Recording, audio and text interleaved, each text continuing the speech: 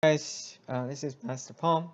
Today I just want to give you guys a review on the movie called JoJo Rabbits. After I watched this movie, I became more upset about the fact that the movie Parasite, got the Best Picture award. And in my mind, this movie should have gotten the award, not the Parasite. I watched the Parasite, but it wasn't that great. I don't think that it was award-winning movie. But of course, there are some things in this movie that you are to be careful about, that you have to watch out for. Besides the profanity, there is issue with how the director depicts Hitler because you can't really portray someone like Hitler as light, goofy character, just like the movie, just like how the director does in the movie. When he has rather done something seriously horrible. And there is also issue with anti-Semitism. So I forewarn you of the things and language that you might find offensive. But anyhow, the premise of the story is about this boy named JoJo Batzler who is fanatical about joining Hitler Youth. Sort of like a scout, like a Boy Scout. But of course, its intent is to get these boys ready to fight in a war, which is crazy because, like many Germans at the time, felt that he needed to do this because he loved his country and he thought that Hitler was his hero. But as the story progresses, he's going to find out that his mom was actually hiding a Jewish girl in the attic. And he begins to learn about the Jews that he never knew about it. All this time, he always had a presumptions about the Jews because what he had heard from the others. Now, Jojo is going to face his blind nationalism. This phrase actually comes from Rotten Tomatoes, and he begins to question his devotion to his hero and his imaginary friend Hitler. That blind nationalism is an interesting topic to talk about because such fanaticism didn't just happen in Germany alone. It had happened in many places, and it can happen at any place at any time. I would actually go as far as to say, this is rather extreme, by the way, that this can happen in America as well, where we think that individualism is safely guarded.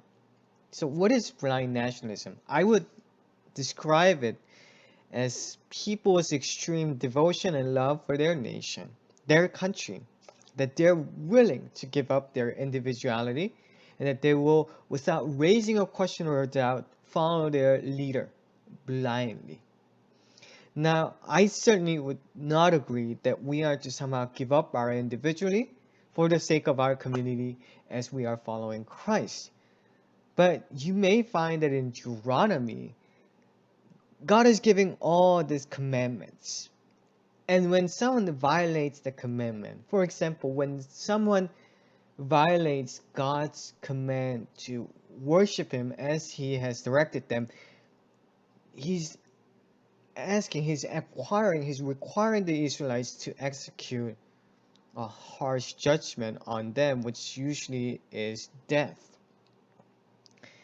The punishment can be seen harsh and it looks as though God is not allowing any individuality in the way that they worship. But you have to keep in mind that worship is keenly connected with the spiritual well-being of the entire community. And when an individual does something that is contrary to what the community has held on to, what the community believes to be right, then that person's action can actually affect the entire community. What I want to say is this, that sin will always find its way to affect the others, not just the one who commits that sin. Because of such nature of sin, God is requiring the Israelites to treat the sin seriously for the benefit of the community. So when the sin gets in the way, then he wants to treat it with seriousness, with harsher punishment. Other than that, God is well aware. God is well aware of each individual's needs. Think about Moses. Think about David. Think about all the people in the Bible and how God uniquely met with them in their own needs. Think about your own experience with God and how God uniquely led you in this walk of faith. I can tell you on numerous occasions that God knew my weaknesses and He met me in such a unique way that may be different than in your own experience with God. And with that uniqueness comes God's willingness to reason with you. He doesn't want you to follow blindly after Him. At least in my own sense, I found myself reasoning with God time after time. In fact, that's the exact word you're going to find in Isaiah 118 if you happen to have ESV Bible. In this verse, God says to Israelites, "Come, let's reason together." We think that prophecy is just about God punishing the Israelites. It's part of it is true. He is talking about through the prophets, God is warning them about the impending judgment and everything. But there's so much more than that. Prophecy actually connects very well with what God had said through the Moses in Deuteronomy. Because in Deuteronomy, God had already warned the Israelites of the consequence if they disobey God. Did the Israelites have a choice not to obey? I would say yes. Because in the last chapter of Joshua, you're going to find this. In Joshua 24, after conquest of the promised land was over, Joshua gathers the Israelites. He challenged them. He asked them whether they would serve the idols or whether they would serve God. And throughout their experiences, it was just obvious for them to obey God. So they actually commit themselves to God, that they will follow God in chapter 24. And what that entails is that they will obey God's commandment. So through the prophet Isaiah, God is reasoning with them with this fact, whether he is wrong or whether they are wrong. This is rather a rhetorical question because you know right away that the Israelites had done something wrong. God hasn't done anything wrong. It was the Israelites who had made mistake. But God is also telling them that He is merciful, which is the fact that the Israelites knew, and God wanted to give them a second chance. Only as long as they would acknowledge it, repent from it, and come back to God. So God is reasoning with them that God wants them to come back. He's challenging them. He's not forcing them to come back to Him.